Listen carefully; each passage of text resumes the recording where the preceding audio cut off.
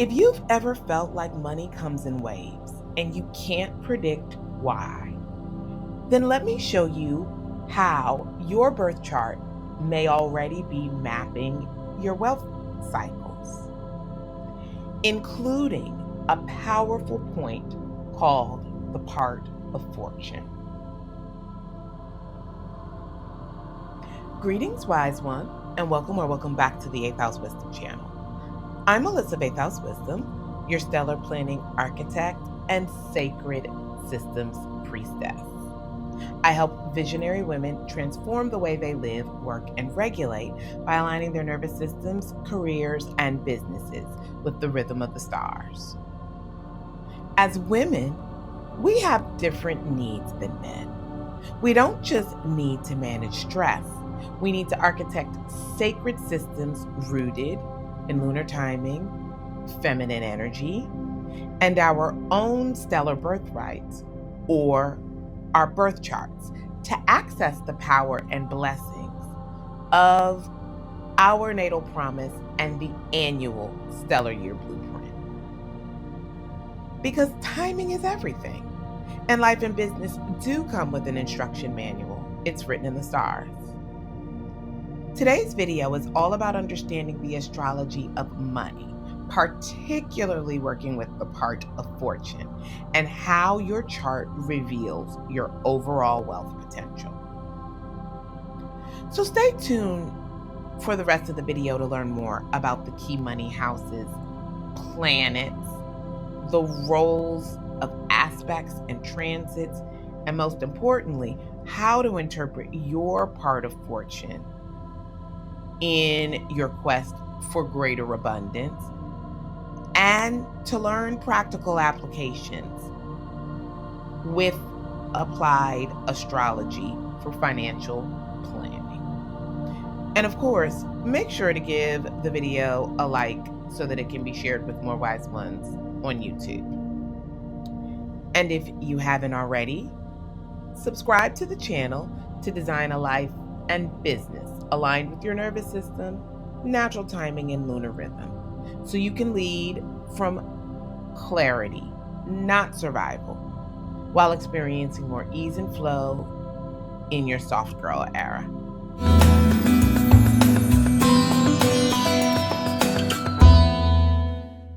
Setting the stellar context for this focus on the astrology of money, we are covering the foundations of astrology of finance and money, and how your birth chart encodes the specific and personalized way you earn, receive, invest, and stabilize your resources. We'll start with why financial indicators in the natal chart are vital for wealth creation, and then focus on the part of fortune, also called the lot of fortune. This is an astrological calculation which blends your ascendant, sun, and moon to reveal where you naturally thrive in material terms, the same way this combination indicates your natal promise. You'll also see how the 2nd, 8th, and 11th houses shape income, shared resources, and community-scaled gains. How Venus, Jupiter, Saturn, and Pluto, as well as the moon, influence value, expansion, structure, leverage, and rhythms, and how aspects can signal ease or friction when it comes to money management. And then we'll break down how your part of fortune, using the day and night formula and its interpretation by sign, house, and aspect. I'll make sure to include some practical examples that show the differences in how the part of fortune across zodiac signs and houses can point to specific wealth channels that increase your chances of abundance. And finally, we'll translate these insights into financial strategy by aligning goals with your emphasized houses and timing moves with transits to your money houses and your part of fortune. This video is chocked full of financial strategy during Scorpio season, which focuses on communal resources and other people's money. And by the end, you'll have the tools to turn your chart into a money-making strategy. So make sure you grab a copy of your birth chart and let's get into these tips. To apply the information in this video, click the link below to get a free copy of your birth chart. Understand your planetary placements and get your planet positions at birth so you know where all the signs are in your chart.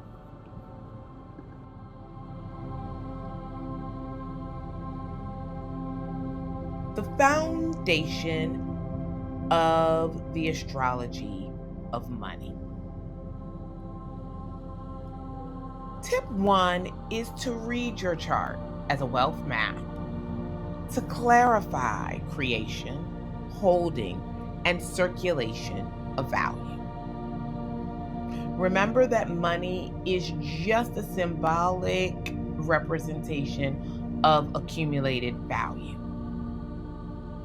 When you look at your natal placements, they show where income flows with less resistance and which habits support stability. This also helps because the natal chart can show you what timing windows will amplify growth. All of these allow you to tap into value and acquire greater assets. Tip 2 is to use the part of fortune as your abundance compass. The part of fortune blends the ascendant, sun, and moon to indicate where vitality becomes tangible through sign, house, and aspect. And if you want to know more about how to calculate your own part of fortune, make sure to check the link in the description below to see the coordinating blog post for this video, which goes much more in depth on how to do that. Now, let's talk about key financial indicators in the natal chart. Tip 3 is about prioritizing the money houses and benefic planets. The benefic planets are those that we consider to confer positive qualities, known particularly as Venus and Jupiter. And the money houses are the 2nd, 8th, and 11th. You want to focus on the 2nd house for earned income, the 8th for shared resources and investments, and the 11th house for community scalable revenue. When we look at those alongside Venus for how to monetize and Jupiter for expansion, you reveal the specific money imprint that exists in your chart. Essentially, it's your personalized strategy. Tip 4 is to evaluate aspects for ease or friction in your money. Supportive links to Jupiter and Venus in your money houses suggest opportunity, while challenging aspects flag undercharging, control dynamics, or volatility that require greater structure and boundaries.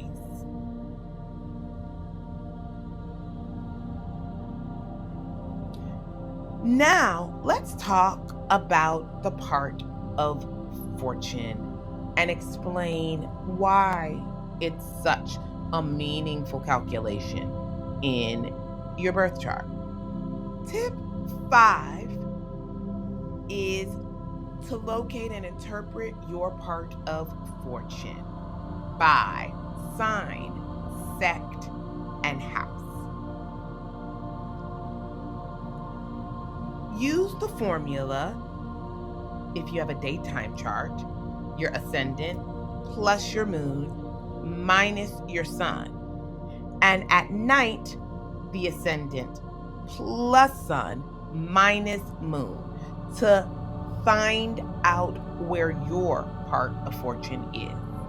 Then read by sign and house. Benefic aspects to your part of fortune indicate fortuitous timing and receptivity to greater value. Tip 6 is to apply concrete examples to target channels linked to your part of fortune. This symbol in the middle is what the glyph for a part of fortune looks like. If you happen to have a part of fortune in Taurus, which I do, and it lands in your second house, favor is given to premium craft and durable value. If you have an Aquarius part of fortune in the 11th house, it favors community members and interaction. While a Scorpio part of fortune in the 8th house would favor high leverage investments and deep transformation. Understanding your unique map for the part of fortune is all about its sign, its house, and looking at its sect, which is where the planet falls within the divisions of each house, which is divided into 3 parts or decans. This indicates sect, which part of the 30 degrees is ruled by which planet. When you get down to this level of analysis, you have such a highly streamlined formula for what you need to do to make money. You can't miss. Now, let's talk about practical applications for career and business related to the astrology of money and part of fortune. Tip 7 is to align financial goals with emphasized houses. The second house focuses on pricing and revenue per offer. The 8th house focuses on equity, tax efficiency, and long horizon moves. The 11th house focuses on audience growth, recurring revenue, and partnerships. You want to pay attention to these 3 money houses and integrate their analysis in understanding where your part of fortune is and the themes ruling that house to get your full applied money story. This then allows you to align financial goals with the themes that are specific to your signature. And tip 8 is timing, planning, and moves with transits to the money, houses, and part of fortune. Use Jupiter and Venus for launches, pricing updates, and brand refreshing. Use Saturn for updating systems and cash buffers. And prepare for Pluto level restructures by addressing capital needs and finding additional expertise. The reality is your astrological chart encodes your money patterns and potentials from birth.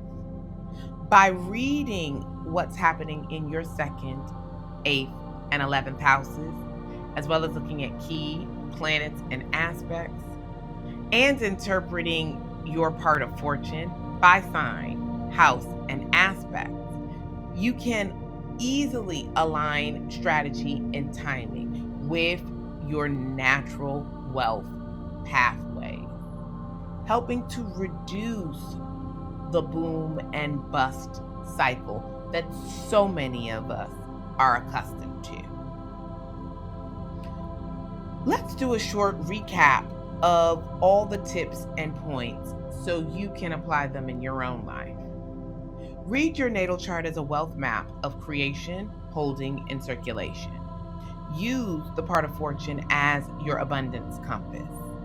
Prioritize the 2nd, 8th, and 11th houses, as well as Venus and Jupiter influences. Evaluate aspects for supportive opportunities or required boundaries. Locate your part of fortune by day or night formula and make sure to interpret by sign and house. Apply any of these part of fortune examples to select practical wealth channels that align with your astrology. Align financial goals with your emphasized money houses and time moves with transits to the money houses and your part of fortune. If you do this, it helps you to shift into softer living when it comes to the creation and containing of value, one of those sources being money. But let's talk about how to live the soft life by further working with this energy. That looks like honoring your energetic capacity by aligning your offers, pricing, and planning with all of the aforementioned aspects in your chart. Your money houses, your part of fortune, acting in Jupiter and Venus windows, using Saturn's structure to build systems that support ease, and developing a relationship with your part of fortune to indicate where prosperity feels natural rather than forced, because this is where flow exists. And I'd love to have you share in the comments your rising sign, and if you know it, where your part of fortune lands. As I said before, mine is in the sign of Taurus, but it actually exists in the 12th house. So I fully enjoy revealing secrets and doing deep work that uncovers what is hidden for people. This is how my part of fortune and money signature influence the work that I do as a psychotherapist and as a coach. Tell me, what money house feels most active for you right now? And if you are looking for a set of directions that help you apply all of this information, then download the free Stellar Year Blueprint Celestial Compass. It is your map to business timing and financial planning with seasonal and planetary support based off of the annual Stellar Year Blueprint. Link is in the description below. And mark your calendar for 12/21/25 to join me for my 6th annual Stellar Planning for 2026 workshop, where we will map the 2026 Stellar Year Blueprint and access the Celestial Compass together. The wait list is open now. Make sure to click the link in the description to grab your seat before it goes. Because timing is everything, and life and business do come with an instruction manual. It's written in the stars.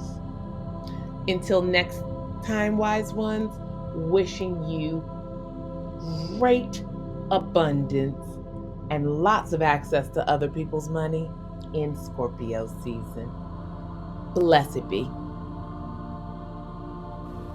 Check out my new Etsy store called Stellar Planning Tools to get some of my newest products to support you in applying stellar planning, the lunar wisdom formula, lunar self-care, and to expand your manifesting practice.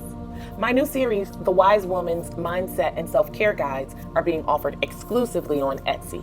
These guides were created to assist you in living with more ease, grace, and with a process to make lasting change in your life. Check them out. Link is in the description below.